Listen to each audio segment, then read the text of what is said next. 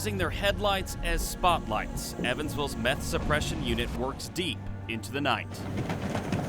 This is the dark side of the meth epidemic few ever get to see. A search warrant led detectives to the discovery of 135 one-pot meth labs buried in a storage unit. This is their biggest bust so far in 2013. And in one night, authorities seized more meth labs than some Indiana counties will seize all year. This alleged meth-making operation dates back nearly a year and traces back to Andrew Wedge. When talking with authorities, Wedge allegedly confessed to being addicted to meth for 25 years.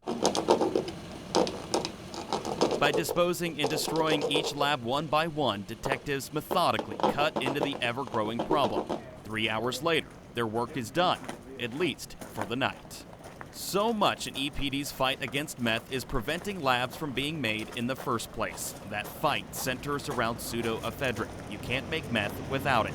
In domestic meth production, you often have two intertwined groups, the meth cooks themselves and the pseudoephedrine suppliers.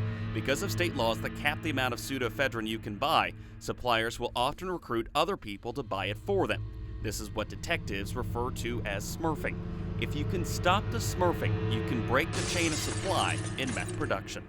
In domestic meth production, the money's in the pills, being the smurf.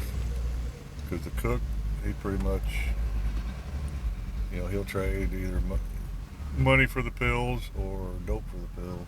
They don't feel like they're part of the manufacturing process, and sometimes you have to explain to them, you're actually the most important part of the process because you're the one out getting the pills. EPD's meth suppression unit wages war undercover. The target on this day, a pharmacy on the north side.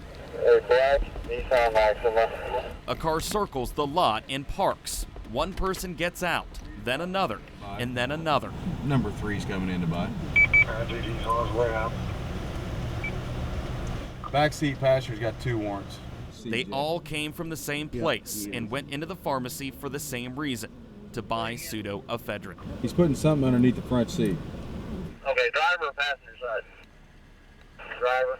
So once they get out of here, we'll get out on him.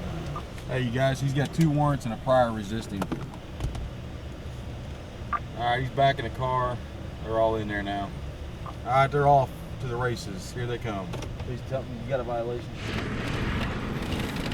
Didn't stop or signal his turn southbound. Detectives pounced and then tailed the car. Then came a traffic stop for something as simple as failing to signal a turn.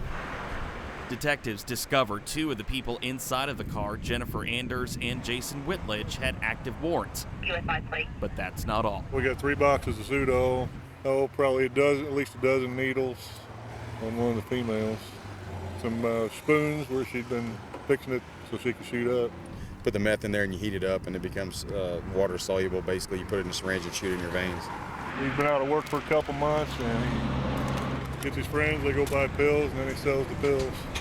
And he said that's how he's been getting by. And chances are he hasn't been claiming those transactions on his tax returns. By stopping this black market wheeling and dealing, detectives say they took more than $150 of pseudoephedrine off the streets. Those pills could have potentially been cooked and converted into $500 worth of meth. The undercover detail resulted in 2 people in cuffs and a ticket for drug paraphernalia. Oh, and an obvious flippant display of displeasure. There's more to EPD's meth suppression unit than just busts and cuffs. There's a side you rarely ever see, let alone hear. Detectives stopped by the house of a self-described addict. We've blurred his face and disguised his voice to protect his identity. I was clocked out for 2 years, not watching my kids and not doing things your dad should do, and because I was addicted to these pills. Yeah, but it seems like you're on the right path and you're trying to do the right thing, and that's part of it. The man says he frequently uses pseudoephedrine to combat his addiction to opiates.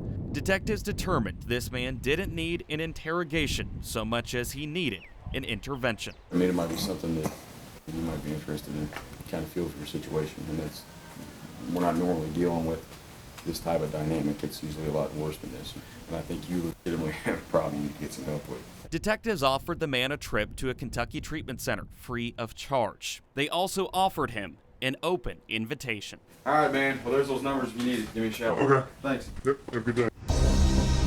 From enforcement to outreach, there are so many facets to this meth epidemic, and these are the veteran detectives on the front lines of it all. These are the Methbusters.